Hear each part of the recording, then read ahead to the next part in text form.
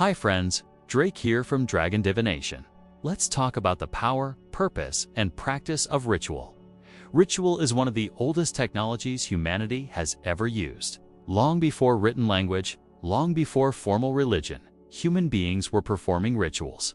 We marked the turning of the seasons, the phases of the moon, birth, death, harvest, loss, and transformation through ritual acts. Ritual is not superstition. It is intentional action paired with meaning. At its core, a ritual is a deliberate moment where intention meets symbolism. It is the act of slowing down long enough to step out of ordinary time and into sacred time. When we perform ritual, we are signaling to the subconscious mind, to the body, and often to the spiritual world that something matters here.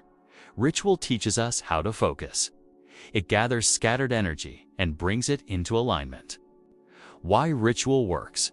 Ritual works because human beings are symbolic creatures. Our subconscious mind does not respond primarily to logic. It responds to images, repetition, sensation, and emotion. When you light a candle with intention, dress it in oil, or speak words aloud, you are communicating on a level far deeper than everyday thought. Science even supports this. Repetitive symbolic actions calm the nervous system, anchor intention, and create neurological pathways associated with meaning and belief. Ritual doesn't bypass reality, it reshapes how we engage with it. Ritual also creates boundaries. It marks a beginning and an ending. When a ritual starts, ordinary concerns step aside. When it ends, something has shifted, even if subtly. Ritual versus habit versus routine. It's important to distinguish ritual from habit or routine. A habit is something done unconsciously. A routine is done for efficiency. A ritual is done with awareness, intention, and reverence. You can turn a routine into a ritual simply by bringing consciousness into it. Even making tea can become ritual if done with attention, presence, and intention. The components of ritual. Most rituals, across cultures and systems, share common elements. You don't need all of them every time, but understanding them gives you power and flexibility. 1. Intention. This is the core. Without intention, a ritual is just movement. Intention must be clear, focused, and ethically sound.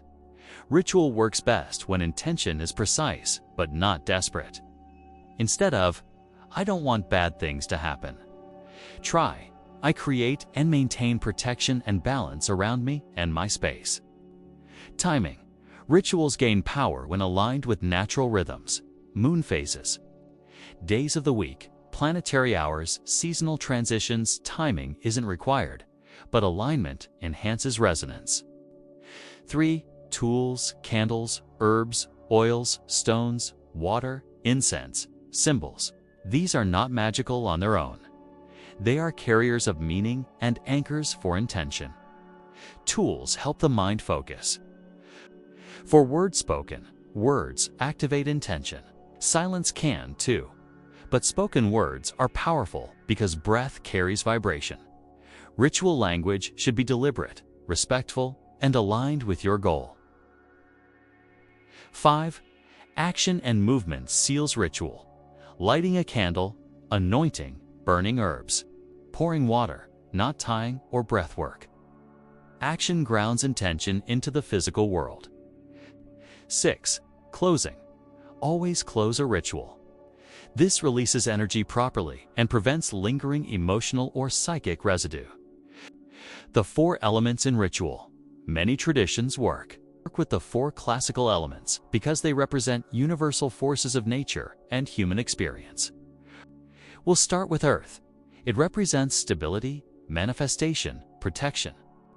Material matters represented by herbs, salt, stones, and soil. Then there's the element of water. It is totally about emotion, intuition, healing, cleansing, represented by water, oils, tears. And moon water, and then there's air. It's thought, communication, clarity and spirit, and is represented by incense, breath, smoke, and sound. Lastly, we have fire. It's all about transformation, will, passion, and power, represented by candles, flame, and warmth. Calling the elements or simply honoring them brings balance and structure to ritual work. Ethics and responsibility. Ritual should never be used to manipulate, dominate, or harm others. Ethical ritual is rooted in sovereignty, honoring free will, boundaries, and consent. When rituals go wrong, it's rarely because the practitioner lacked power. It's because intention was misaligned, rushed, or fueled by obsession rather than clarity. A good rule: if you wouldn't want it done to you, don't do it in ritual. Ritual as transformation, not control. One of the biggest misconceptions about ritual is that it forces outcomes. Ritual does not override reality. It realigns you with probability, opportunity, and awareness. Ritual changes you first. And when you change, your choices, perceptions, and actions change, which changes outcomes. Think of ritual as adjusting the sail, not controlling the wind. Everyday rituals. Ritual doesn't need to be elaborate. It can be mindfully lighting a candle and thinking of your spiritual connection. Simple rituals are often the most powerful. Morning grounding with breath and intention. Lighting a candle at night to release the day. Cleansing hands before important decisions. Blessing food before eating, or weekly reflection under the moon. Consistency matters more than complexity. Ritual and the shadow. True ritual includes shadow work, facing fear, grief, anger, or limitation. Ritual isn't only for attracting good things, it's also for releasing what no longer serves. Protection rituals, uncrossing rituals, banishing rituals. These are about restoring balance, not creating conflict. The shadow is not the enemy. It is unintegrated information asking to be seen.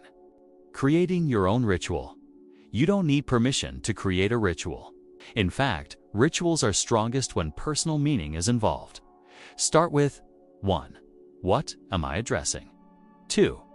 What do I want to invite or release? 3. What symbols feel right?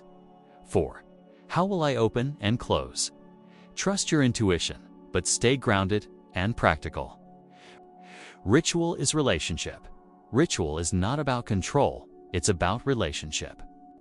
Relationship with self, relationship with cycles of time, relationship with nature, relationship with the unseen. When performed with respect and intention, ritual becomes a dialogue rather than a demand. Closing thoughts. Ritual reminds us that life is not only mechanical, it is meaningful. It teaches us presence, responsibility, and reverence. Whether you light a candle, speak a prayer, or sit in silence, ritual is how we remember that we are participants in creation, not just observers. Ritual doesn't make life magical. It reminds us that life already is. So now tell me, what are your personal rituals you do either regularly or from time to time? Where did you learn them, or did you create them? What do they do for you? I have quite a few, so let's have that conversation now.